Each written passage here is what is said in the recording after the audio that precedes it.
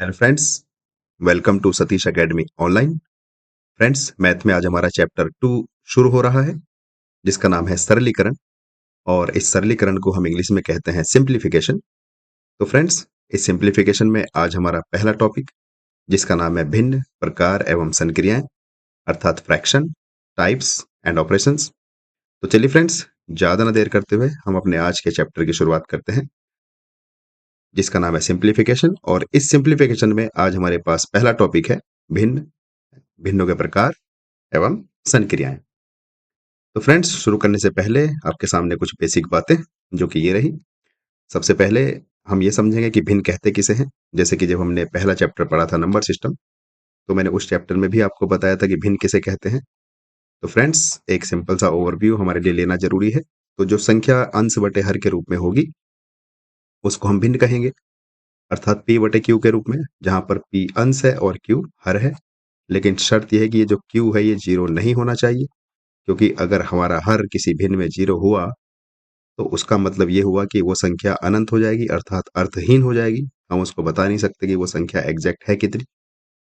तो भिन्न की कंडीशन ये है कि हमारे जो अंश और हर है, उसमें हर जीरो नहीं होना चाहिए। तो फ्रेंड्स, अब हम करते हैं भिन्न कितने प्रकार की होती है। तो भिन्न वैसे तो 7 से 8 प्रकार की होती है, लेकिन मुख्य मुख्य प्रकार आपके सामने है। तो भिन्नों के प्रकार, जैसे कि उचित भिन्न, जिसको इंग्लिश में प्रॉपर फ्रैक्शन कहते हैं। उचित भिन्न फ्रेंड्स उसे कहेंगे जब हमारा अंश हर से छोटा होगा, उस भिन्न को हम उचित भिन्न कह देंगे। अर्थात जब अंश हर से छोटा हो, तो वो भिन्न क्या कहलाएगी? उचित भिन्न कहलाएगी। और अनुचित भिन्न इसका उल्टा, जब अंश हर से बड़ा होगा, तो अनुचित भिन्न कहलाएगी। जैसे मैं अगर इसका यहाँ पर एक एग्जाम्पल लिखूं उचित भिन्न का, तो ये होगा कि बस अंश, जो हमारा अंश है वो हर से छोटा होना चाहिए। तो ये मैंने लिख दी है 7/11। देखो यहाँ पर अंश 7 है और हर 11 है। तो बताओ कौन बड़ा है? हर बड़ा है, अंश छोटा है। तो ये भिन्न हमारी कहलाएगी उचित भिन्न। और इसका उल्टा, जब हमारा अंश बड़ा हो हर छोटा हो, तो वो भिन्न हमारी कहलाती है अनुचित भिन्न। देखो यहाँ पर अंश 9 है और हर 5 है, तो ये भिन्न हमारी हुई अनुचित भिन्न। तो फ्रेंड्स, उसी प्रकार हमारे पास मिश्र भिन्न का एग्जाम्पल है। मिश्र भिन्न हम उसे कहेंगे जो भिन्न हमारी उसमें होती है सही में। जैसे मैं लिखता हूँ 3 सही 2/7, या 7 सही 9/11। तो फ्रेंड्स, ये सारी भिन्न हमारी जो कहलाती है मिश्र भिन्न कहलाती है। मिश्र भिन्न के बाद एक अगली भिन्न हमारे सामने है, जिसको हम कहते हैं मिश्रित भिन्न। तो फ्रेंड्स, मिश्रित भिन्न हम उसे कहेंगे जब भिन्न भी बटे में हो, अर्थात जो अंश है अंश भी भिन्न होगा, अंश भी हमारा भिन्न होगा, और जो हर है वो हर भी भिन्न होगा। तो अगर ऐसी कोई भिन्न हमें नजर आती है जिसका अंश भी भिन्न में दिया हो और हर भी भिन्न में दिया हो, तो वो भिन्न हमारी कहलाएगी मिश्रित भिन्न। जैसे मैं एग्जाम्पल की बात करूं, तो हमारे पास अंश है 3/5, और मेन बटे की लाइन हमारी ये है, और हमारा जो हर है वो है 7/4। तो इस प्रकार के भिन्न हमारी कहलाएगी मिश्रित भिन्न। फ्रेंड्स, व्युत्क्रम भिन्न, जब हम भिन्न का उल्टा कर देते हैं, अर्थात अंश को हर बना देते हैं और हर को अंश बना देते हैं, तो वो हमारी व्युत्क्रम भिन्न कहलाती है। उसी प्रकार वितत भिन्न, वितत भिन्न वो होती है जिसका कोई एक सीरीज चलती जाती है। जैसे कि मैं लिखूं तो 1/2, और फिर मैं यहाँ पर कुछ और लिख देता हूँ इसके साथ में, प्लस में 1 बटा, यहाँ पर मैं लिख देता हूँ 5, प्लस में 7/6। तो ये नीचे हमारा जो भिन्न है वो चलती जाती है, उसको हम कहते हैं वितत भिन्न। तो फ्रेंड्स, ये कुछ प्रकार भिन्नों के, अर्थात फ्रैक्शंस के आपके सामने। तो अभी कुछ हम बात करेंगे ऑपरेशंस की, भिन्न पर आधारित क्या क्या हम कर सकते हैं। तो देखो, फ्रैक्शन को जोड़ते कैसे हैं, फ्रैक्शन अर्थात भिन्न। तो हम सीखेंगे उनका योग कैसे करते हैं, इनको घटाते कैसे हैं, गुणा कैसे करते हैं और भाग कैसे करते हैं। तो ये 4 संक्रियाएं हमारी भिन्न पर आधारित होती हैं। तो फ्रेंड्स, और कुछ मुख्य बातें, जैसे भिन्नों का सरलतम रूप कैसे लिखेंगे, मिश्र भिन्न को अनुचित भिन्न में कैसे बदलेंगे। मैंने आपको कहा था जो मिश्र भिन्न होगी वो सही में होगी। जैसे मैं लिखता हूँ 7 सही 3/5, तो ये हुई हमारी मिश्र भिन्न। और इसको जब हमें अनुचित भिन्न में बदलना होगा, तो अनुचित भिन्न का क्या मतलब हुआ? अनुचित भिन्न का मतलब ये हुआ कि जो अंश है हमारा वो बड़ा होगा। किससे बड़ा होगा? हर से। तो इसमें बदलने के लिए हम कुछ नहीं करते, इनकी गुणा करते हैं, 5 सत्ते 35 और इसमें 35 में जोड़ेंगे 3 तो कितना हुआ 38 और जो बटे में है 5 वो बटे में ही रहेगा। तो बताओ ये जो हमारी भिन्न है ये अनुचित है कि उचित है? तो ये भिन्न हमारी अनुचित है क्योंकि यहाँ पर अंश हमारा बड़ा है और हर छोटा है। उसके बाद फ्रेंड्स यहाँ पर अनुचित भिन्न को मिश्र भिन्न में कैसे बदलेंगे? जैसे यही एग्जाम्पल हमारे सामने है 38/5 इसको हमें मिश्र भिन्न में बदलना है। तो बदलने के लिए जैसे मैं इसको भाग करता हूँ 5 से 38 को, तो जरा करिए। देखो 5 सत्ते कितने होते हैं 35, शेषफल कितना बचा 3। तो फ्रेंड्स जो हमारा शेषफल बचा है उसको हम ऊपर रखते हैं अंश में और जो हमारा इधर भागफल आता है उसको हम सही में रखते हैं और जो बटे में है अर्थात जो हर है वो तो हमेशा हर ही रहेगा। तो हमारे पास अगर हम अनुचित भिन्न को मिश्र भिन्न में बदलेंगे, जैसे हमने उदाहरण लिया 38/5 को, इसमें हमें इसको हमें मिश्र भिन्न में बदलना है, तो हमारे पास आ गया 7 सही 3/5। तो फ्रेंड्स ये हमने सीखा कि मिश्र भिन्न को अनुचित भिन्न में कैसे बदलेंगे और अनुचित भिन्न को मिश्र भिन्न में कैसे बदलेंगे। ये हमारी कुछ बेसिक सी बातें चल रही हैं चैप्टर को लेकर। और फ्रेंड्स उसके बाद हमारे पास कुछ काम की बातें हैं। भिन्नों की तुलना जब हम करेंगे तो देखो यहाँ पर 2 कंडीशन हो सकती है। जब हम तुलना करेंगे भिन्न कोई, तुलना का मतलब है हमें ये बताना होगा कि कौन-सी भिन्न छोटी है, कौन-सी भिन्न बड़ी है। हालाँकि ये हमारे नंबर सिस्टम का हिस्सा है। जब हम भिन्न को आरोही क्रम में लिखते हैं या अवरोही क्रम में लिखते हैं या फिर ये बताते हैं कि कौन-सी भिन्न छोटी है या कौन-सी भिन्न बड़ी है। तो मैंने सोचा कि चलो इसको आज हम इसी चैप्टर में कवर कर लेते हैं सरलीकरण में, सिम्प्लिफिकेशन में। तो यहाँ पर 2 कंडीशन है अगर हमें भिन्न की आपस में तुलना करनी होगी तो पहली कंडीशन ये है कि जब किसी श्रेणी में प्रत्येक भिन्न का अंश समान हो। अर्थात अगर कोई आपको कोई सीरीज दी जाए जहाँ पर अंश समान होगा, जैसे यहाँ पर भी 7 है बटे 5, दूसरी भिन्न मैंने लिखी 7/3 और तीसरी भिन्न मैंने लिखी 7/9, चौथी भिन्न मैंने लिखी 7/11। तो बताओ यहाँ पर अंश समान है कि नहीं है? बिल्कुल है, अंश समान है।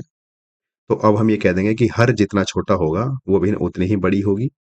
तो सबसे छोटा हर किसका है? 3 का है। तो ये भिन्न हमारी सबसे बड़ी हुई और सबसे बड़ा हर किसका है? ये 7/11 का है। तो ये भिन्न हमारी सबसे छोटी हुई। तो शॉर्ट में कहने का ये प्रयास किया गया है कि जब किसी श्रेणी में अगर भिन्न का अंश समान होगा तो उसका हर जो सबसे छोटा होगा वही भिन्न हमारी सबसे बड़ी होगी और जिस भिन्न का हर सबसे बड़ा होगा वो भिन्न हमारी सबसे बड़ी होगी। और इसका उल्टा गाइस, अगर किसी श्रेणी में ये पॉइंट नंबर 2 प्रत्येक भिन्न का हर समान होगा तो क्या करेंगे? अगर भिन्न समान हुआ, जैसे कि एक मैं एग्जांपल आपके लिए लेता हूँ, इस 2 का एग्जांपल, चलिए थोड़ी सी जगह कम है तो मैं यहाँ पर लिख देता हूँ इधर। अगर हर समान होंगे और अंश अलग-अलग होंगे तो क्या होगा? देखो जैसे मैंने लिखा यहाँ पर 3/11, उसके बाद मैंने लिखा 9/11, उसके बाद मैंने लिखा 13/11। तो फ्रेंड्स यहाँ पर उल्टा हो जाएगा। जिस भिन्न का अंश जितना छोटा होगा वो भिन्न उतनी ही छोटी होगी। जैसे ये 3/11 है, ये यहाँ पर सबसे छोटी भिन्न है और ये 13/11 है, ये सबसे बड़ी भिन्न है और ये 9/11 है, ये तो बीच में है दोनों तीनों के। अर्थात अगर हर सभी भिन्नों के समान होंगे तो जिस भिन्न का अंश सबसे बड़ा होगा वही भिन्न सबसे बड़ी होगी और जिस भिन्न का अंश सबसे छोटा होगा वही भिन्न सबसे छोटी होगी। तो फ्रेंड्स ये हमारे सामने बहुत ही मुख्य बिंदु है, बिंदु नंबर 7, जिसमें कहा है कि भिन्नों की तुलना करके हमें बताना है कौन सी भिन्न छोटी होगी, कौन सी बड़ी होगी।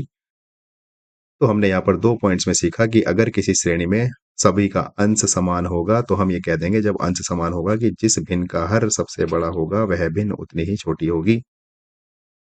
और अगर किसी भिन्न का हर जब अंश अंश समान होंगे और अगर हर छोटा हुआ तो भिन्न उतनी ही बड़ी होगी।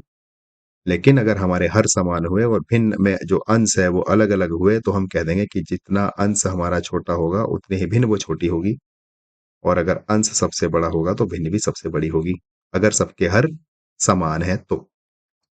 तो फ्रेंड्स चलते हैं अब अपने एक्सरसाइज पर। हमने कुछ बेसिक बातें करी।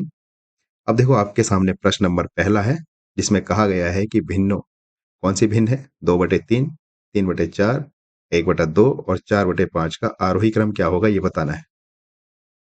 तो फ्रेंड्स इस सवाल को करने के हमारे पास 2 मेथड होते हैं। सबसे पहला मेथड और सबसे यूनिक मेथड, अगर आपकी कैलकुलेशन अच्छी है तो हम इनको भाग करके पॉइंट में लिख लेते हैं। देखो 2 बटे जब हम 5 करेंगे तो इसको हम लिख सकते हैं 0.666, इसके ऊपर बार लगा देंगे क्योंकि बार बार यही रिपीट होता रहेगा। भाई 2 को तुम 3 से भाग करोगे तो पूरा पूरा नहीं जाएगा, पॉइंट लगाओगे 2 के पीछे 0 बढ़ेगा, 20 हो जाएगा। और 20 को तुम 3 से भाग करोगे, 3 छंग 18, फिर 2 बचेगा, फिर 20 होगा, 3 छंग 18, फिर 2 बचेगा, फिर 20 होगा, 3 छंग 18। तो यही हमारे साथ चलता रहेगा 0.6666, तो इसलिए हमने इसके ऊपर लगा दिया बार।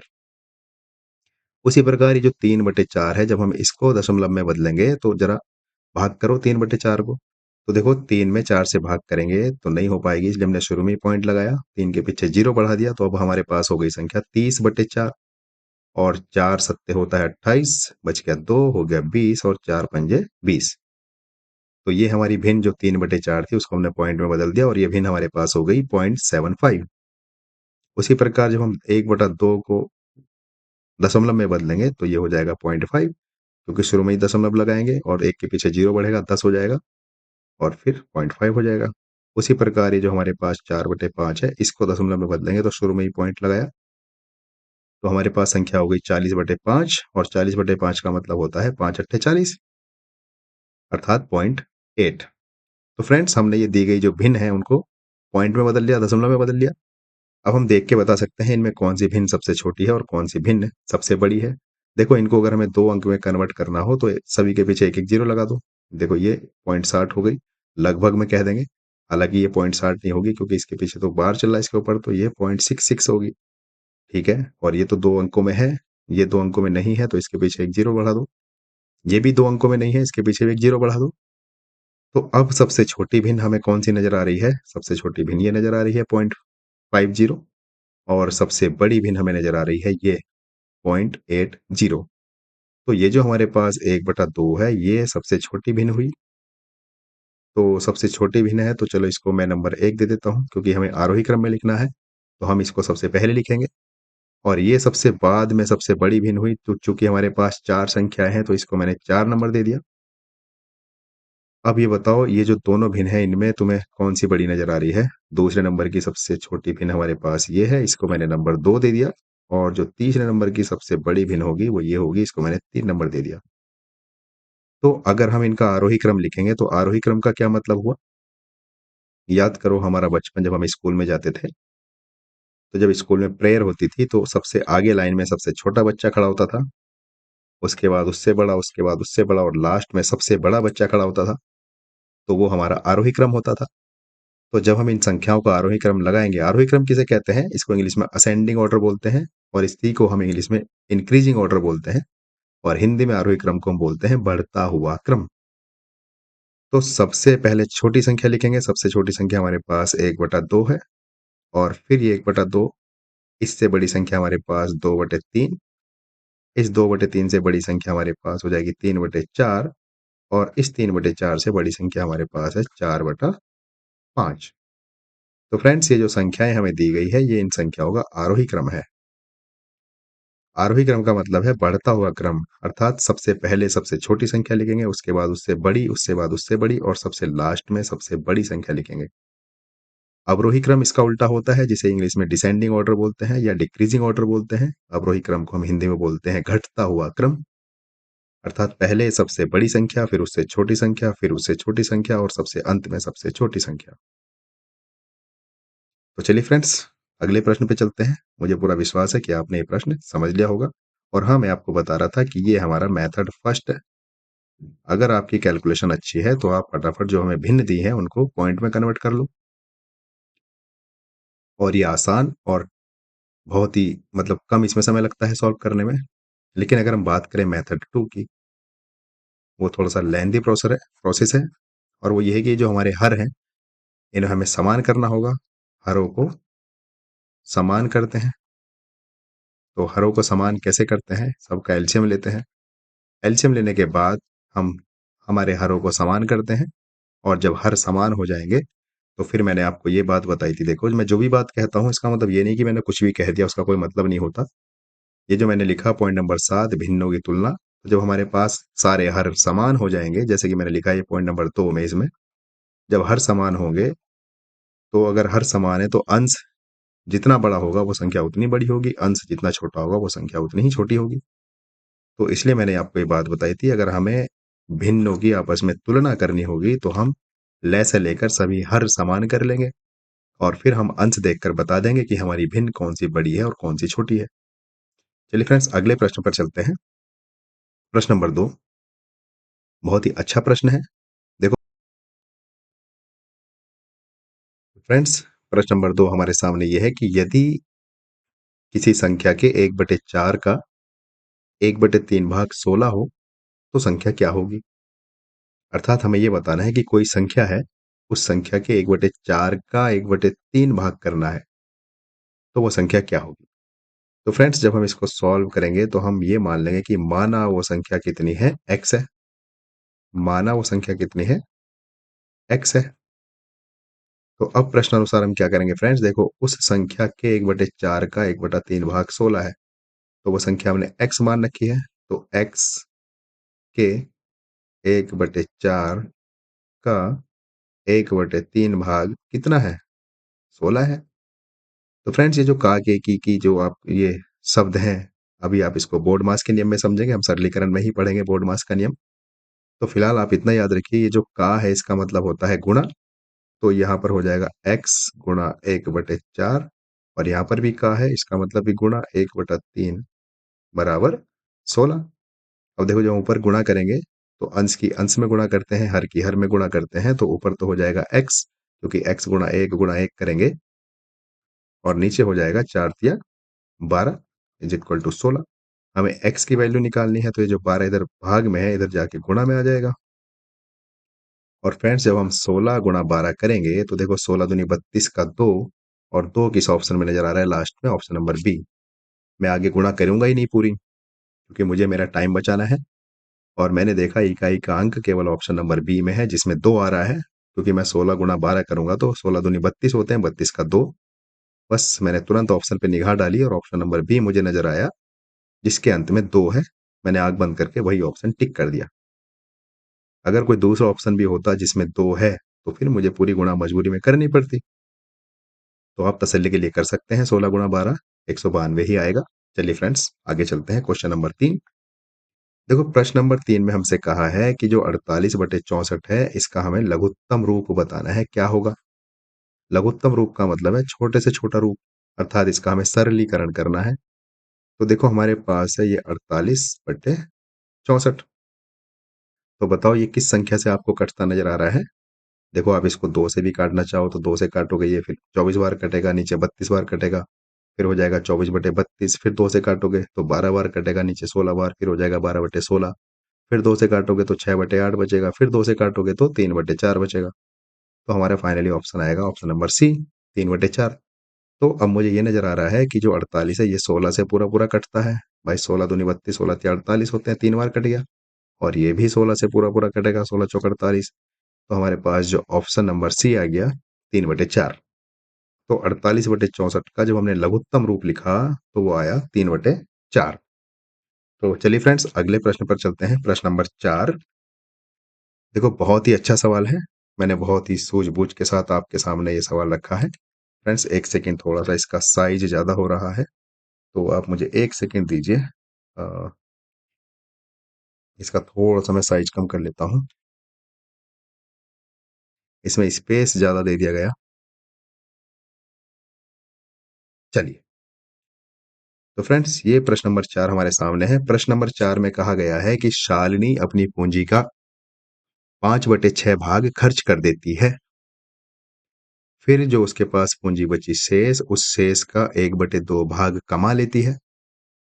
अब उसके पास पूंजी का कुल कितना भाग हो जाता है या रह जाता है? तो गाइस बहुत ही अच्छा सवाल है, आप इसको इम्पोर्टेंट मार्क कर लीजिए।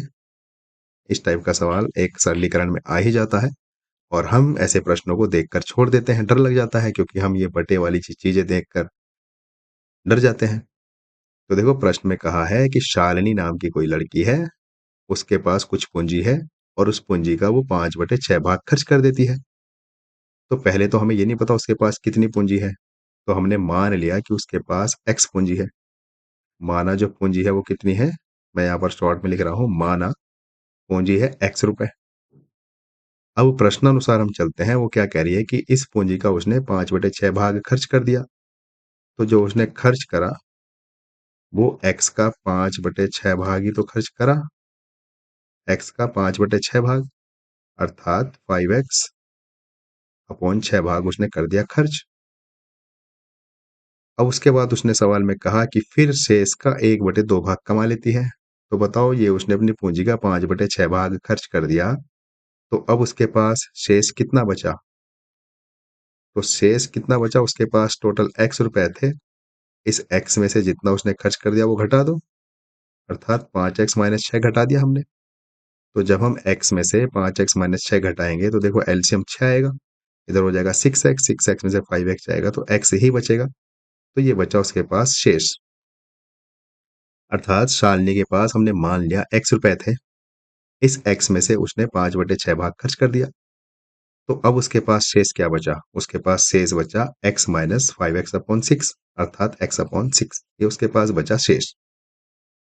अब आगे की लाइन पढ़ो, उसने फिर शेष का 1/2 भाग कमा लिया। देखो ये तो उसके पास शेष बचा, अब उसने जो कमाया, कितना कमाया? जो शेष है उसका 1/2 भाग कमाया। तो शेष कितना है? x/6, इसका 1/2 भाग कमाया है। तो टोटल कितना हो जाएगा? गुणा कर देंगे, का मतलब गुणा होता है। तो उसने जो टोटल कमाया वो कमाया x/12, ये उसकी कमाई हो गई। अब आगे हमसे प्रश्न में कहा है, अब उसके पास पूंजी का कुल कितना भाग हो जाता है? तो बताओ, अब उसके पास टोटल कमाए रुपए ये हैं कमाए हुए, और जो शेष बचे खर्च करने के बाद वो ये है। पहले इसका टोटल भी तो करेंगे। तो अब कुल कितना उसके पास? कुल उसके पास ये जो शेष बचा वो मैं आपको समझाने के लिए लिख देता हूँ, शेष प्लस कमाया हुआ। चलो मैंने लिख दिया कमाई। तो उसके पास शेष कितने बचे थे? शेष बचे थे x/6 रुपए, और उसने जो कमाए हैं वो कमाए हैं x/12 रुपए। तो इन दोनों को जब हम जोड़ेंगे, लैस 12 ले लेंगे, तो लैस 12 लेने के बाद इधर हो जाएगा 2x। भाई चलिए मैं भी आपको समझाऊंगा, इधर 2x हो जाएगा, इधर प्लस x हुआ, और लैस हमने ले लिया 12। तो जब 2x प्लस x हम करेंगे तो ये होगा 3x अपॉन 12, और देखो 3 12 से पूरा पूरा कटेगा तो हमारे पास बचेगा x अपॉन 4। तो अब ही सालनी के पास जो कुल रुपए बचे हुए हैं वो x/4 बचे हुए हैं। देखो, अगर किसी को समस्या है कि हमने ये लैस लेके कैसे जोड़ा है तो आपको प्रैक्टिस करनी होगी। अभी मैं आपको इतना बता देता हूँ, ये जो हमने जोड़ा है ये x/6 और x/12, मैं इसको बता देता हूँ ये कैसे जोड़ा है। एक सेकेंड गाइस। तो चलिए देखो, हमने ये जो हर है यहाँ पर 6 है और यहाँ पर 12 है, इसका हमने ले लिया लैस है। तो 6 का और 12 का जब मैं लैस है लूंगा तो कितना आएगा? देखो 2 से डिवाइड करूंगा, 2 तिया 6, 2 छंग 12, फिर 2 से डिवाइड करूंगा, 3 तो नहीं होगा, और 2 तिया होते हैं 6, फिर से 3 से डिवाइड करूंगा तो हमारे पास जो एलसीएम आया वो एलसीएम कितना आया? एलसीएम आया 2 × 2 × 3, अर्थात 12। ये दोनों अंश हरों का हमारे पास आ गया लैस है 12। अब हमें ये जो बटे है 6, यहाँ पर भी 12 करना है और यहाँ पर भी 12 करना है। कैसे करेंगे? देखो, ये पहला वाला पद है x/6, इसको मैंने लिखा है x/6 से ही, मुझे यहाँ गुणा करनी है। कितने से गुणा करनी है? इसके अंश में हर, सॉरी अंश में नहीं, हर में कितना है? 6। तो यहाँ से जो हमने लैसा लिया है ये, यहाँ से हम किसी तरीके से ये 6 निकालने की कोशिश करेंगे।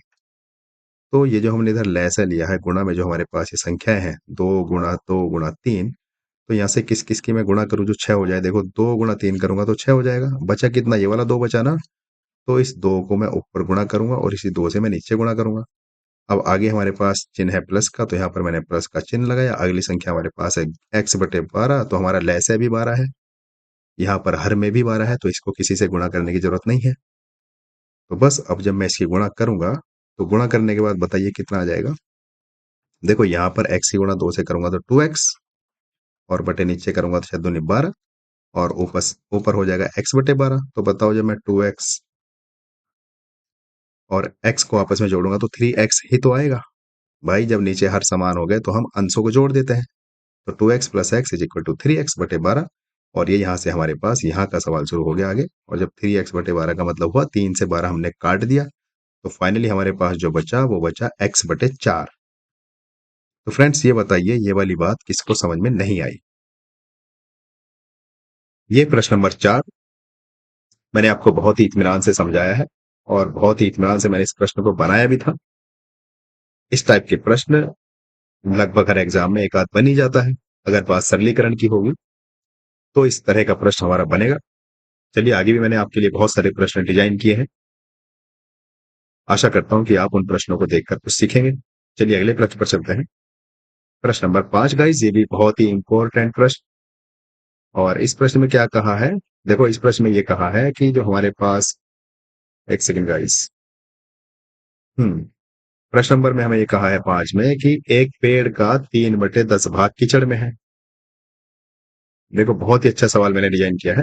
आप समझना, कोई पेड़ है, उस पेड़ का 3/10 भाग कीचड़ में और 3/5 भाग पानी में तथा शेष 5 मीटर भाग पानी की सतह से ऊपर है। तो पेड़ की कुल लंबाई कितनी है, हमें ये बताना है। तो देखो, अगर मैं समझाने के लिए आपको एक पेड़ बना दूं, जैसे सपोज मैंने ये एक पेड़ बना दिया, ठीक है जी। चलो ये एक पेड़ मैंने बनाया आपके समझाने के लिए। तो इस पेड़ में ये कहीं पानी में है, ठीक है, ये पेड़ है। तो इस पेड़ का जो इतना भाग है वो कीचड़ में है, इसको मैंने बना दिया कीचड़। ये कीचड़ है, चलो और बनाओ कीचड़। कीचड़ उछालना कभी कभी कुछ लोगों को अच्छा लगता है, तो आज हम भी कीचड़ उछाल रहे हैं बैठे हुए। तो ये भाग है पेड़ का पानी में, ठीक है। कितना भाग है पानी में, नहीं कीचड़ में, कितना भाग है कीचड़ में? तो ये भाग हमारा 3/5 भाग है कीचड़ में। 3/5 नहीं 10। ये कुल पेड़ की जो लंबाई है उस लंबाई का 3/10 भाग कीचड़ में है। अब कीचड़ के ऊपर क्या कह रहा है, 3/5 भाग पानी में है, तो चलो थोड़ा सा पानी बना दो। ये कीचड़ के ऊपर पानी है, तो इस पानी में कितना भाग है बताओ? ये पानी है टोटल। इस पानी में टोटल जो है वो 3/5 भाग है कुल पेड़ की लंबाई का। और बाकी का जो ऊपर पेड़ बचा, वो पेड़ जो टोटल है उसकी कितनी लंबाई है बाकी के पेड़ की? बाकी के पेड़ की लंबाई है 5 मीटर। तो फ्रेंड्स पहले ये बताओ, मैंने चित्र बनाने के बाद आपको यही समझाने का प्रयास किया है कि इस प्रश्न में क्या क्या जानकारी हमें दी है। हमें ये कहा है, दोबारा एक बार प्रश्न को पढ़ते हैं। प्रश्न में कहा है एक पेड़ का 3/10 भाग कीचड़ में है, तो हमने नीचे कीचड़ बना दिया और कह दिया कि ये 3/10 भाग है कीचड़ में। उसके बाद 3/5 भाग पानी में है, तो हमने ये पानी बनाया और कह दिया ये 3/5 भाग पेड़ का पानी में है। उसके बाद जो शेष 5 मीटर पानी की सतह से ऊपर है, अर्थात जो शेष पेड़ है वो पानी की सतह से ऊपर है और उसकी लंबाई है 5 मीटर। अब हमसे प्रश्न में ये कहा गया है कि पेड़ की कुल लंबाई बताओ कितनी होगी। तो कैसे पता करेंगे पेड़ की लंबाई कितनी है? भाई हमें कुछ करना थोड़ी है, ये जो लंबाई है 5 मीटर इसको जोड़ना है और ये जो हमारे पानी में पेड़ है 3/5 भाग इसको जोड़ना है और जो कीचड़ में पेड़ है 3/10 भाग उसको जोड़ना है। पेड़ की कुल लंबाई आ जाएगी।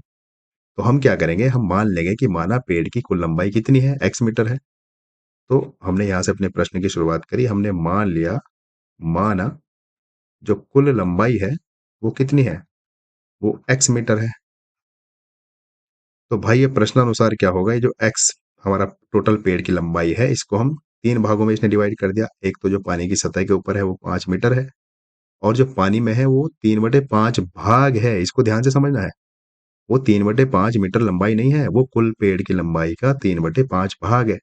तो पेड़ की कुल लंबाई हमने x मान ली है और x का 3/5 भाग है पानी में। उसी प्रकार जो 3/10 भाग है कीचड़ में, वो भी कुल लंबाई का है। तो x का 3/10 भाग, इन सबको जब हम जोड़ेंगे तो हमारे पास कुल पेड़ की लंबाई आएगी कि नहीं? तो x बराबर हमारे पास हुआ 5 प्लस, अब देखो मैंने बताया था जहां का मतलब होगा गुणा, जब गुणा करेंगे तो 3x होगा कि नहीं होगा?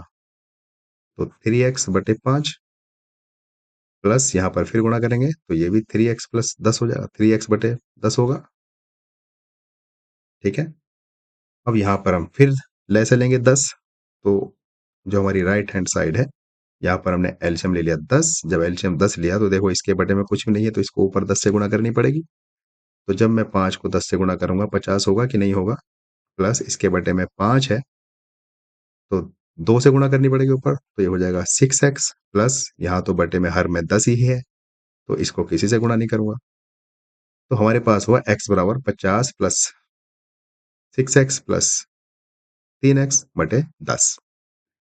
अब ये बताओ ये जो x हमारे पास है ये कितना हो जाएगा? देखो ये 50 तो ऐसे ही रहेगा, प्लस ये 6x और 3x जुड़ के कितने हो जाएंगे? 9x और बटे 10। अब देखो ये बराबर का चिन्ह है बीच में, तो ये 10 इधर बटे में इधर गुणा में आ जाएगा। तो अब मैं इसको इधर लिख रहा हूँ क्योंकि मुझे पूरा यकीन है कि आपको नहीं चमक रहा होगा। चलिए गाइस, अगर नहीं चमक रहा होगा तो मैं एक काम करता हूँ, आपको थोड़ा सा साइड हट जाता हूँ और आपको मैं देखो अब आपको चमक रहा होगा। तो अब इसको आगे हम सॉल्व करेंगे हमारे प्रश्न को, तो हमारे पास हो जाएगा ये 10 इधर गुणा में आ जाएगा x की, तो ये 10x होगा कि नहीं? तो हमारे पास हो गया 10x बराबर 50 प्लस 9x। अब फ्रेंड्स ध्यान से देखो, ये इधर हमारे पास 10x है प्लस इधर हमारे पास ये 9x है। तो जब मैं इधर इसको भेजूंगा लेफ्ट हैंड साइड में तो माइनस में होगा कि नहीं? तो जब 10x में से 9x घटेगा तो एक ही तो x बचेगा, अर्थात हमारे पास जो x की वैल्यू आ जाएगी वो 50 ही तो आ जाएगी। तो हमारा जो पेड़ है उसकी कुल लंबाई कितने मीटर है? उसकी कुल लंबाई है 50 मीटर, अर्थात ऑप्शन नंबर बी। बताइए फ्रेंड्स, ये बात किसको समझ में नहीं आई? बहुत ही इत्मीनान से, बहुत ही फुर्सत से मैंने ये आपको सवाल समझाया है और आशा करता हूं कि आपको ये प्रश्न समझ में आया होगा। चलिए अगले प्रश्न पर चलते हैं। हमारे पास प्रश्न नंबर 6, और प्रश्न नंबर 6 में हमसे कहा गया है कि किसी बर्तन का 1/5 भाग दूध से भरा हुआ है। यदि इस बर्तन को पूरा भरने के लिए 28 लीटर दूध और चाहिए तो उस बर्तन की धारिता कितनी है, हमें ये बताना है। देखो कोई बर्तन है, उस बर्तन का 1/5 भाग दूध से भरा है और इस बर्तन को पूरा भरने के लिए 28 लीटर दूध और चाहिए। देखो सपोज हम कोई बर्तन बनाते हैं, चलो मैंने आपको समझाने के लिए एक बर्तन बना दिया, ये ड्राम टाइप का, जैसे ड्रम होता है ना वो बना दिया मैंने आपको, पर ये नीला ड्रम नहीं है, ये मैंने लाल पेन से बनाया है। समझ रहे हो? अभी 3 महीने पहले 4 महीने पहले नीला ड्रम बहुत वायरल हुआ था। नीला ड्रम हस्बैंड वाइफ कुछ कहानी सुनी है? तो ये ड्रम हमारा नीले कलर का नहीं, हालांकि उसमें बर्तन कहाँ है, पर मुझे ड्रम एकदम से याद आया तो मैंने यहाँ पर, ये बर्तन है, चलो इसको आप ड्रम समझ लो, बर्तन समझ लो, पर ये नीले कलर का नहीं है, रेड कलर का है। तो देखो इसमें हमसे क्या कहा है, इसमें ये कहा है कि किसी बर्तन का 1/5 भाग दूध से भरा है। तो ये मान लो इसका 1/5 भाग यहाँ तक, ये नीचे तक दूध भरा है इसमें बर्तन में। ठीक है जी, ये 1/5 भाग हो गया और ये क्या है? इसमें दूध है। और इसको अब पूरा भरने के लिए जो ऊपर खाली बर्तन बचा है, इसको पूरा भरने के लिए 28 लीटर दूध और चाहिए। इसमें 28 लीटर दूध और आ जाएगा तो हमारा बर्तन पूरा फुल हो जाएगा। ये बात समझ में आई? भाई कोई बर्तन है, उस बर्तन में 1/5 भाग दूध है और बाकी का उसको पूरा भरने के लिए 28 लीटर दूध की और जरूरत है। तो अब हमें ये बताना है बर्तन की धारिता कितनी होगी। धारिता का मतलब क्या हुआ? अर्थात उस बर्तन में टोटल कितना दूध आएगा, ये हमें बताना है। तो देखो अगर हमें इस 1/5 भाग का पता चल जाए कि ये 1/5 भाग कितना है, तो हम इस 28 में जोड़ देंगे, तो टोटल जो ये बर्तन है उसकी हमें धारिता पता चल जाएगी। अब सवाल ये है कि ये जो 1/5 भाग है ये कितना होगा, ये कैसे पता करेंगे? तो ये हम ऐसे पता करेंगे, फिर से वही जो हमने अभी पिछला वाला सवाल किया है, जैसे हमने यहाँ पर मान के किया था कि माना पेड़ की कुल लंबाई x मीटर है, उसी प्रकार हम यहाँ पर मान लेंगे कि जो बर्तन है उसकी जो कुल धारिता है वो x लीटर है। मैं इसकी आपको ट्रिक बताऊंगा, अभी मैं आपको मेथड बता रहा हूँ। तो अभी देखो हमने मान लिया कि जो बर्तन की कुल धारिता है वो कितनी है, मान लिया, माना जो धारिता है वो x लीटर है। ठीक है जी। अब प्रश्नानुसार ये जो x है टोटल बर्तन की धारिता, उसमें अगर हम 28 जोड़ दें और प्लस ये जो 1/5 भाग है, ये 1/5 भाग है, शब्दों पे ध्यान देना, 1/5 लीटर नहीं है, 1/5 भाग है। तो किसका भाग है? ये कुल दूध का ही तो है, कुल दूध हमने मान लिया x है, तो x का 1/5 भाग है कुल। ठीक है, तो हमारे पास हुआ x बराबर 28 प्लस x/5। इधर फिर से हम लैसे लेंगे 5, तो जो हम इधर लैसे 5 लेंगे तो ये कितना हो जाएगा? इसको हम 5 से गुणा कर देंगे, 5 अट्ठे 40, हासिल 4, 5 दूनी 10 और 4 40, 140 हो जाएगा। प्लस एक्स और टोटल बटे में हमारे पास आ गया 5। तो देखो इधर हमारे पास ये 5 इधर गुणा में आ जाएगा तो 5x होगा कि नहीं होगा। और इधर x प्लस में है, ये भी इधर आगे माइनस में हो जाएगा और इज इक्वल टू 40। तो अब हमारे पास x की वैल्यू कितनी होगी, x की वैल्यू होगी 140/4। तो जब हम 140 को 4 से डिवाइड करेंगे तो बताओ कितना आएगा। तो ये आएगा 4 या 12 होते हैं और बच गया 2, हो गया 0 और 4 पंजे 20। तो ये हमारे पास आया 35 लीटर, क्योंकि हमने जो बर्तन की धारिता मानी थी वो एक्स मानी थी। यहाँ पर मान रहा था हमने, माना धारिता कितनी है, एक्स लीटर है। ये था हमारे पास प्रश्न। तो हमसे ये तो पूछा था उस बर्तन की धारिता कितनी है, तो बर्तन की धारिता है 35 लीटर। तो फ्रेंड्स ये तो हमने किया ट्रेडिशनल मेथड से। लेकिन अगर मैं इसकी एक ट्रिक आपको बताऊं जो कि बहुत ही आसान है, आपको थोड़ा सा लॉजिक लगाना होगा। देखो लॉजिक ये है कि ये पूरा बर्तन है हमारे पास यहाँ से लेकर यहाँ तक, और इस पूरे बर्तन में हमें ये बताया गया है कि ये जो नीचे का 1/5 भाग है इसमें दूध भरा हुआ है, यहाँ तक इसमें दूध भरा गया है। और बाकी का जो हमारे पास है ऊपर का हिस्सा, उसमें 28 लीटर दूध और आता है, तो ये बर्तन फुल हो जाता है। तो यहाँ नीचे क्या दिया है, 1/5 भाग। ध्यान से सुनो, इसका मतलब ये हुआ कि इस बर्तन के अगर हम टोटल 5 भाग करें तो एक भाग में दूध है यहाँ पर। तो ऊपर जब 5 भाग हैं टोटल तो कितने भाग बचेंगे, 4 ही तो बचेंगे। तो अब हमें सिंपल सी बात हमसे पूछा है, देखो हमसे पूछा है बर्तन की कुल धारिता बताओ कितनी होगी, तो बर्तन के टोटल भाग कितने करे हैं, 5 ही तो करे। तो हमें जब ये कह दिया गया कि भाई 4 भाग बराबर तो 28 लीटर दूध है, तो भाई जब टोटल बर्तन जो भाग है वो 5 भागों में बांटा गया है तो 5 भरा भाग बराबर कितना होगा, बराबर क्वेश्चन मार्क। तो इसकी जब हम क्रॉस मल्टीप्लाई करेंगे तो हमारे पास जो क्वेश्चन मार्क है, या इसको एक्स भी आप कह सकते हो क्वेश्चन मार्क को, तो इसका जो वैल्यू आ जाएगी वो कितनी आ जाएगी, वो वैल्यू आ जाएगी 5 × 28/4।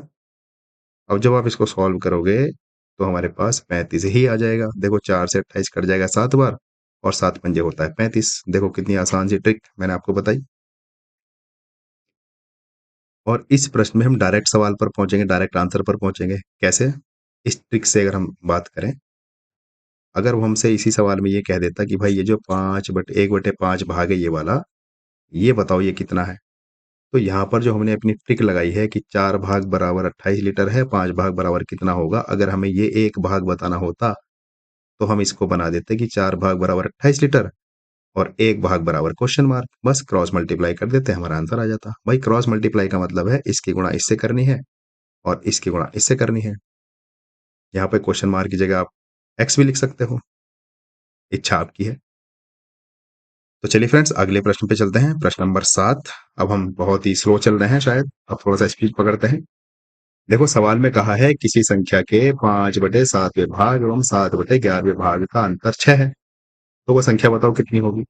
तो हमने मान लिया, माना वो संख्या x है, माना संख्या कितनी है, x। ठीक है, अब प्रश्न अनुसार क्या कहा है हमें, अगर हम प्रश्न की बात सुने तो प्रश्न में हमें ये कहा है कि वो संख्या जो है उसका अगर हम 5/7 भाग निकालें, तो जब हम x का 5/7 भाग निकालेंगे तो यही तो होगा 5x/7। और इसी x का जब हम 7/11 भाग निकालेंगे तो 7x/11 ही तो होगा। और दोनों का जब हम अंतर करेंगे तो अंतर कितना है, 6 है। तो हमें x का मान ही तो निकालना है। देखो यहाँ पर फिर से हम लैसे लेंगे, 77 आ जाएगा, लैसे दोनों का लिया 77 आ गया। इधर मैं गुणा करूंगा 5 से 11 को तो 55x होगा, और इधर होगा 7, इधर कितने से गुणा करेंगे, 11 से इधर 7 से होगी, 7 7 कितना होता है 49x बराबर 6। तो हमें x का मान निकालना है, जब 55x में से 49x घटेगा तो 6x बचेगा कि नहीं। तो हमारे पास हो जाएगा 6 × 77। तो x का मान कितना आ जाएगा हमारे पास, 66 × 77, और ये जो 6 इधर गुणा में इधर भाग में आ जाएगा। 6 से 11 बार कितना कट जाएगा हमारा ये। हाँ गाइस, मुझे लगता है हमने कहीं कुछ मिस्टेक तो नहीं कर दी है, शायद मुझे ऐसा लग रहा है कि हमने कहीं पर कुछ मिस्टेक कर दी है। चलिए एक बार इसको हम, हाँ शुरू से सवाल को समझते हैं। हालांकि बहुत ही आसान सा सवाल था, पर कभी कभी हो जाता है ध्यान इधर उधर। इसको हम एक बार शुरू से करते हैं, शायद कुछ हमने मिस्टेक इसमें कर दी है, मुझे ऐसा लग रहा है। चलिए कोई बात नहीं, हमने टोटल मान लिया कि वो संख्या x है। देखो हमसे एक बार सवाल में फिर से पढ़ते हैं। उसने हमसे पूछा क्या है और कहा क्या है। उसने ये कहा है किसी संख्या के 5/7 भाग एवं 7/11 भाग का अंतर 6 है। ठीक है जी। तो वो बताना है हमें संख्या क्या है। तो हमने वो संख्या मान लिया x। तो जब हम x का 5/7 भाग निकालेंगे तो यही तो आएगा 5x/7। ठीक है। और जब हम x का 7/11 भाग निकालेंगे तो यही तो आएगा 7/11 भाग। और इन दोनों का अंतर बता दिया उसने 6। ठीक है। अब हम यहाँ पर लैसे लेंगे दोनों का, 11×7 = 77 आ जाएगा लैसे। जब नीचे 77 आया तो इसके बटे में तो 7 है। तो इसको मैं कितने से गुणा करूंगा? 11 से। तो 11×5 हो जाएगा 55x। माइनस इधर बटे में 11 है, तो इधर मैं कितने से गुणा करूंगा? 7 से। तो ये हो जाएगा हमारे पास 49x। और बराबर 6 चल रहा है। तो अब क्या करेंगे गाइस? ये जो 55x और ये 49x है, जब दोनों को आपस में घटाएंगे तो 6x ही तो बचेगा। और बराबर देखो ये 77 नीचे बटे में है, तो इधर गुणा में पहुंच जाएगा कि नहीं? तो अब हमें तो x का मान निकालना है, तो x बराबर हो जाएगा 6 × 77 बटे ये जो 6 है इधर गुणा में, ये भी बटे में पहुंच जाएगा। 6 से 6 कट जाएगा। तो x बराबर हमारे पास आ गया 7। अर्थात वो जो संख्या है वो कितनी है? 77 है। Option number C. अब देखो हमें अपना उत्तर मैच करना है। कैसे पता करेंगे कि हमारा प्रश्न सही है कि गलत है? तो देखो उसने कहा है कोई संख्या है, उसका अगर हम 5/7 भाग निकालते हैं और उसी की संख्या का अगर हम 7/11 भाग निकालते हैं तो अंतर 6 आना चाहिए। तो हमारे पास वो संख्या आ गई 77। तो देखो जब हम 77 का 5/7 भाग निकालेंगे तो कितना आएगा? 77 का 5/7 भाग निकालेंगे तो कितना आएगा? 55 आएगा। ठीक है। ये वाली कंडीशन हमने लगा के देखी। हम अपने आंसर चेक कर रहे हैं गलत है कि सही है। उसी प्रकार जब हम इस 77 का ये 7/11 भाग निकालेंगे तो कितना आएगा? तो निकालो, देखो ये आ जाएगा 49। तो हमने 77 का 5/7 भाग निकाला, आया 55। और 77 का हमने 7/11 भाग निकाला, आया 49। तो अब उसने हमसे कहा है इन दोनों का अंतर 6 है। तो अगर हमारा ये दोनों संख्याओं का अंतर 6 हुआ तो हम कह देंगे हमारा आंसर ठीक है। तो बताओ 55 में से 49 घटेगा तो 6 ही तो बचेगा। तो ये मैंने आपको एक छोटा सा हिंट दिया कि अगर हमें अपना प्रश्न का उत्तर चेक करना है गलत है सही है तो हम ऐसे भी चेक कर सकते हैं। तो हमारे पास इस प्रश्न का उत्तर हो गया 77, अर्थात वो संख्या है 77। फ्रेंड्स अगले प्रश्न में चलते हैं। प्रश्न नंबर आपके पास 8 और इसमें कहा गया है कि 81 सही 2/7 गुणा 7 सही 5/9 का मान कितना होगा? तो फ्रेंड्स हमें ये जो संख्या दी है 81 सही 2/7, इसको चलो मैं एक बार यहाँ पर लिख देता हूँ। 81 सही 2/7, इसकी हमें गुणा करनी है। कितने से गुणा करनी है? गुणा करनी है इसकी हमें 7 सही 5/9 से। तो देखो ये एक मिश्र भिन्न है, इसको हम अनुचित भिन्न में बदलेंगे। तो इसकी गुणा इससे करेंगे। भाई इसकी इससे गुणा करते हैं। गुणा करके जो आएगा उसमें इसको जोड़ेंगे। तो करो जरा, देखो 7 ही कम 7 और 7 अट्ठे होता है 56। अर्थात हमारे पास ये आ जाएगा 561 और प्लस 2/7। उसी प्रकार यहाँ पर हम गुणा करेंगे। 7 9 7 कितना होता है? 63। और इस 63 में हम 5 जोड़ देंगे और बटे में 9 चलता ही रहेगा। तो बताओ ये कितना आ जाएगा हमारे पास? जब हम 561 में 2 जोड़ेंगे तो ये आ जाएगा हमारे पास 563/7। और इसकी जब हम गुणा कर देंगे तो 63 और 5 कितना होगा? 68/9। तो फ्रेंड्स अंश की गुणा अंश में कर देंगे और हर की गुणा हर में कर देंगे। और ये फिर आपका काम होगा इसको चेक करना कितना उत्तर आएगा। गुणा करने के बाद इसको हम मिश्र भिन्न में बदल देंगे। कैसे बदलते हैं मैंने आपको शुरू में ही समझाया था। तो ये आपका काम है, इसका प्रश्न का उत्तर कितना होगा उसको चेक करना। चलिए अगले प्रश्न पर चलते हैं। प्रश्न नंबर 9। और फिर से हमारे पास एक बहुत ही अच्छा सवाल है।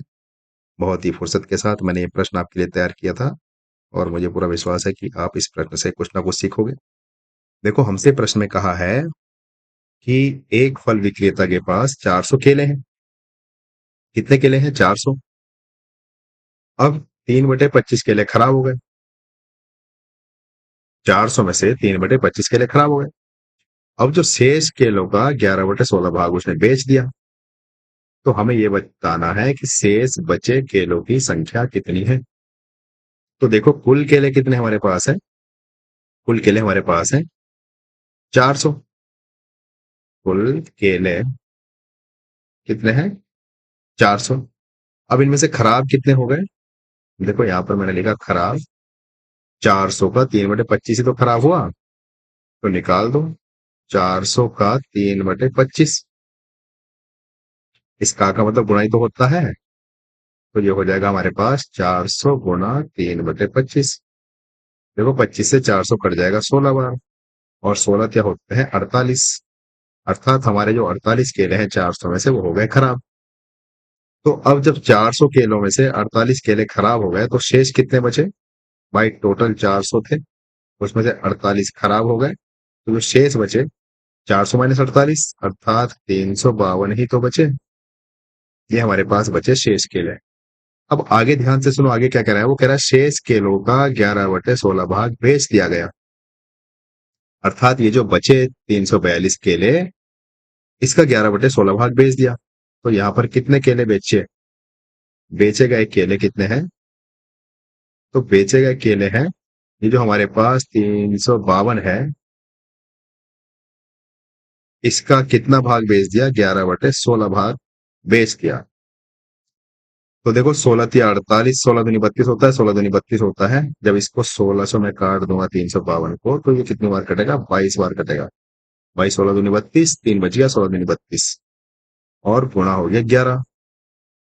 तो जब मैं 22 गुणा 11 करता हूं तो कितना आएगा?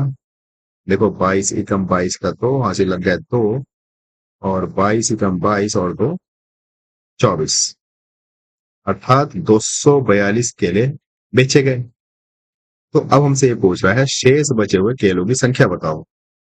तो देखो टोटल केले हमारे पास थे 400, 400 में से हमारे 48 केले खराब हो गए। भाई ये टोटल 400 केले थे, इसमें से 48 केले ये खराब हो गए। जब 48 केले खराब हो गए तो अब कितने केले बचे हमारे पास? हमारे पास बचे 352 केले। अब इन 352 केलों का 11/16 भाग बेच दिया, अर्थात जो बेचे टोटल वो बचे 242 केले। अब हमें ये बताना है हमारे पास कितने केले शेष रह गए। तो बताओ 352 में से 242 केले बिक गए, तो शेष कितने बचे हैं? तो शेष यही तो बचे 352 तो हमारे पास बचे थे, और इसमें से हमने बेच दिए हैं 242। तो कितने बचे टोटल बताओ? जब इनको घटा देंगे, 2 में से 2 गया 0, और 5 में से 4 गया 1, और 3 में से 2 गया तो 1, अर्थात 110 केले हमारे पास शेष बचे। Option number B. फ्रेंड्स मुझे पूरा विश्वास है कि आपको ये प्रश्न समझ में आया होगा। मैं बहुत ही इत्मीनान से हर हर प्रश्न को समझा समझा कर चल रहा हूं, ताकि आप अच्छे से समझें। चलिए अगले प्रश्न पर चलते हैं, प्रश्न नंबर 10। देखो बहुत ही अच्छा प्रश्न है, हालांकि बहुत ही सामान्य सा, बहुत ही आसान सा प्रश्न है। प्रश्न में हमसे पूछा गया है कि ये बताओ 0.25 को अगर भिन्न में बदलेंगे तो कितना होगा। देखो जब भी हमें भिन्न में बदलना होता है तो हम क्या करते हैं, कितने अंक बाद पॉइंट लग रहा है? 2 अंक बाद पॉइंट लग रहा है। तो हम क्या करेंगे, ये जो 1.25 है, 2 अंक बाद 0 है, तो हमने ऊपर भी 100 से गुणा किया और बटे में भी 100 से गुणा किया। ये जो पॉइंट है 2 अंक बाद, ये 2 जीरो खा जाएगा। तो अब ऊपर हमारे पास बचा, ऊपर अर्थात अंश में हमारे पास बचा 125, और हर में हमारे पास बचा 100।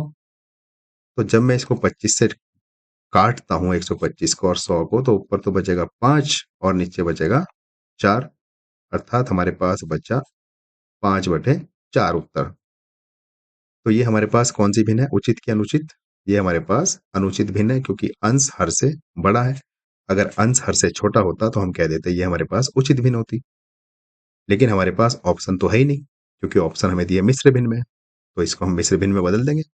तो देखो कैसे बदलेंगे इसको मिश्र भिन्न में। जो 5 है, उस 5 को भाग करेंगे 4 से, 4 एकम 4, कितना शेषफल बचा? 1। तो मैंने बताया जो शेषफल बचता है उसको अंश में लिखते हैं, और जो नीचे हर है, में हर है वो हर ही रहेगा। तो ये जो हमारे पास हमने भाग करके निकाला, इसको मैं ऐसे लिख सकता हूं, 1 सही 1/4। ये हमारे पास इसी भिन्न का मिश्रित रूप है, ये मिश्र भिन्न है। और ये जो है 5/4 ये अनुचित भिन्न है। तो दोनों में से जो भी हमें ऑप्शन मिल जाए, हमारा ऑप्शन वही होगा। तो ऑप्शन नंबर डी। बताइए फ्रेंड्स, ये बात किसको नहीं समझ में आई?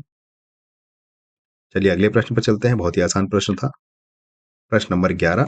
प्रश्न नंबर 11 में हमसे कहा है कि भिन्न दी है 5/3 और सॉरी 4/3, 5/9 और 16/6/18। हमें इसका योग बताना है कितना होगा। तो फ्रेंड्स जब हम इनका योग करेंगे तो देखो करो, पहले इनको हम यहाँ पर लिखते हैं सभी को प्लस करके। तो हमारे पास संख्या है 4/3 प्लस दूसरी संख्या है 5/9, तीसरी संख्या हमारे पास है 6/18। तो हमारे पास ये जो हर है, ये नीचे 3 है, इधर 9 है, इधर 18 है, इनका हम लेते हैं एलसीएम। तो देखो 3, 9 और 18 का जब हम एलसीएम लेंगे तो कितना आएगा? वैसे 18 ही आएगा, मुझे पता चल गया, पर एक बार हम लेके देखते हैं। 2 से डिवाइड करेंगे 3 से नहीं होगा, 9 भी नहीं होगा, ये हो जाएगा 9 बार।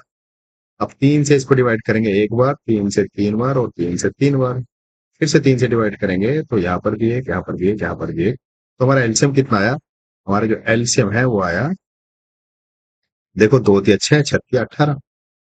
एलसीएम आ गया हमारे पास 18। देखो गाइस, बहुत ही ध्यान से समझना है, मैं आपको यहाँ पर हर छोटी से छोटी चीज बताता हुआ चलूंगा। अगर आपको भिन्नों को आपस में जोड़ना घटाना नहीं आता है तो आज आप सीख जाओगे।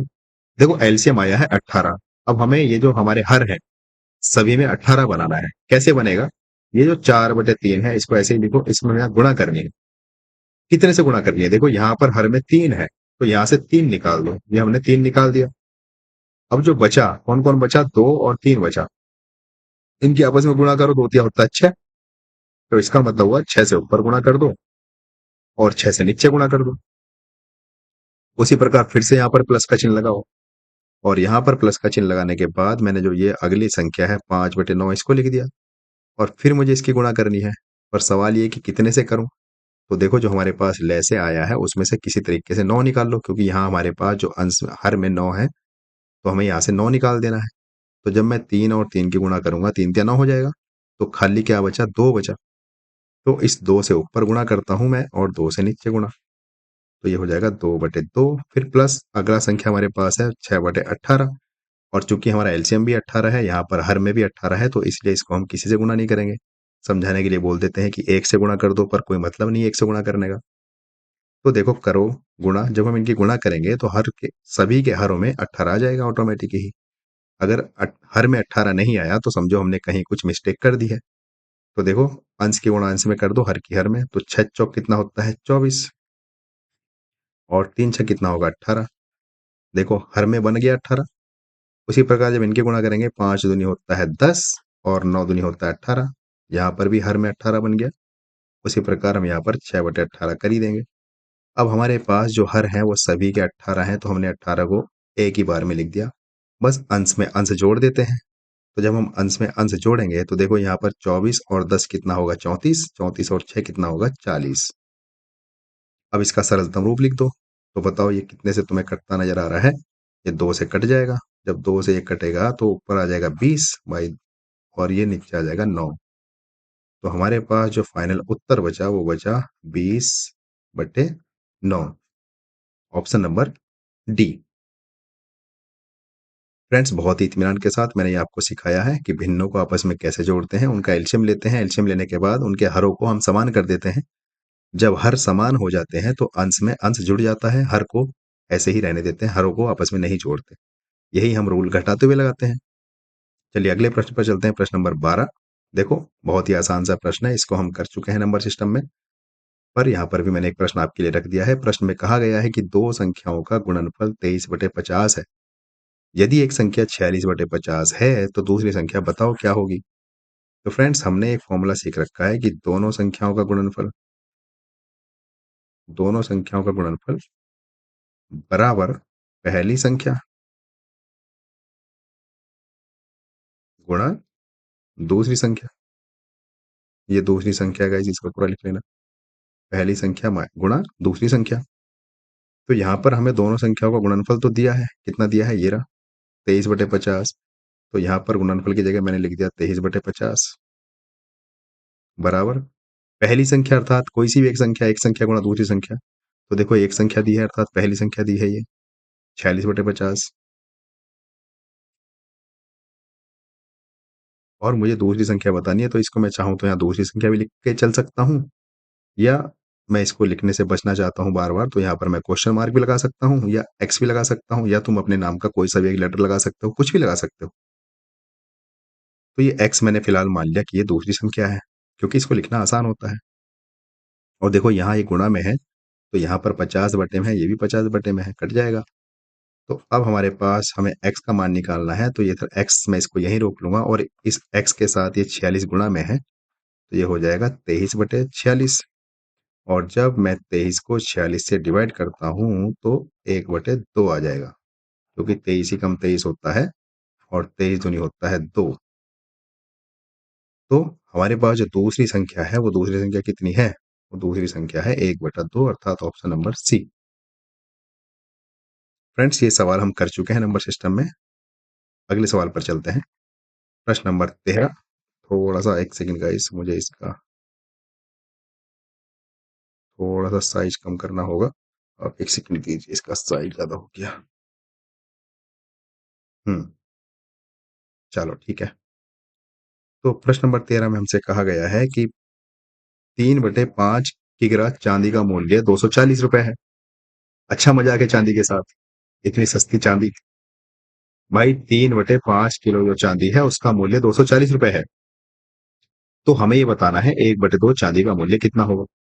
तो फ्रेंड्स, इसके दो मेथड है। एक वही हमारा ट्रेडिशनल मेथड, माना कि 1 kg चांदी का मूल्य x रुपए है।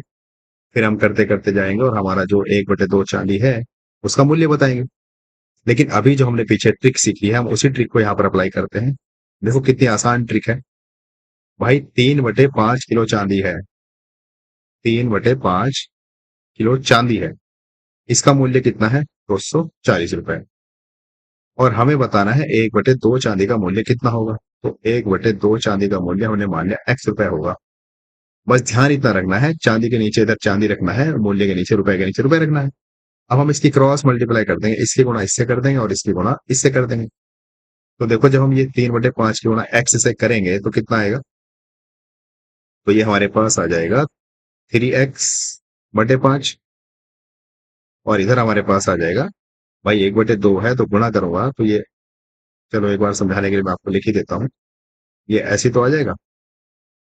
अब हमें तो x का मान निकालना है, तो x को मैं यहीं पर रोक लूंगा और ये 5 इधर बटे में उधर गुणा में पहुंच जाएगा। तो ये हो जाएगा 240 गुणा 5 बटे ये 2 है और ये 3 जो है x की गुणा में है, तो इधर ये बटे में 2 की गुणा में आ जाएगा। अब देखो इस 3 से मैं इस 24 को काट देता हूँ, 240 को, तो 8 बार कटेगा, अर्थात 80 बार कटेगा। और इस 2 से इस 80 को भी काट दूंगा तो 40 बार कटेगा। तो हमारे पास जो x का मान आया वो कितना आया? x का मान आया हमारे पास 40 गुणा 5। तो आप बताइए 40 गुणा 5 कितना होता है? 200 होता है। अर्थात जो आधा किलो चांदी है उसका मूल्य 200 रुपए होगा। इतनी सस्ती चांदी, चांदी के साथ मजाक, इतना अंडर एस्टिमेट किया। एक मूवी देखी थी, चेन्नई एक्सप्रेस, उसमें जो हीरो है शाहरुख खान, वो एक बहुत डायलॉग मारते हैं बार बार, और डायलॉग ये होता है, don't under estimate the power of हलवाई, क्योंकि वो उसमें हलवाई होते हैं। तो वो बार बार एक ही डायलॉग मारते हैं, don't under estimate the power of हलवाई। तो यहाँ पर अंडर एस्टिमेट कर दिया चांदी को कि नहीं? भाई आधा किलो चांदी का मूल्य मात्र 200 रुपए। चलिए, ये तो प्रश्न है, कुछ भी हो सकता है। अगले सवाल पर चलते हैं। सवाल नंबर 14। ये फ्रेंड्स आपके लिए होमवर्क। आपको बताना है कि ये जो संख्या दी है 1/2, 3/4, 5/6, 10/11, इसमें आपको बताना है सबसे छोटी भिन्न कौन सी है। और ये आपका होमवर्क है, आप अपना आंसर कमेंट कीजिए। इसी प्रश्न के साथ मैं आपसे विदाई लेता हूँ। तब तक के लिए आप अपना ख्याल रखिए। और विदाई लेने से पहले हर रोज की तरह आज भी आपसे मैं अपील करता हूँ। अपील नंबर 1 ये है कि आप प्लीज हमारे इस चैनल को सब्सक्राइब करें। और अगर आपने हमारा चैनल सब्सक्राइब कर लिया है तो आपसे अपील नंबर दूसरी ये है कि आप हमारे इस चैनल को शेयर भी करें, ताकि अन्य लोग हमारे इस चैनल को सब्सक्राइब कर पाएं और इस चैनल का फायदा उठा पाएं। तो चलिए फ्रेंड्स, इन्हीं शब्दों के साथ मैं आपसे विदाई लेता हूँ। फिर मिलेंगे अगली क्लास में किसी नए टॉपिक के साथ। तब तक के लिए बाय बाय।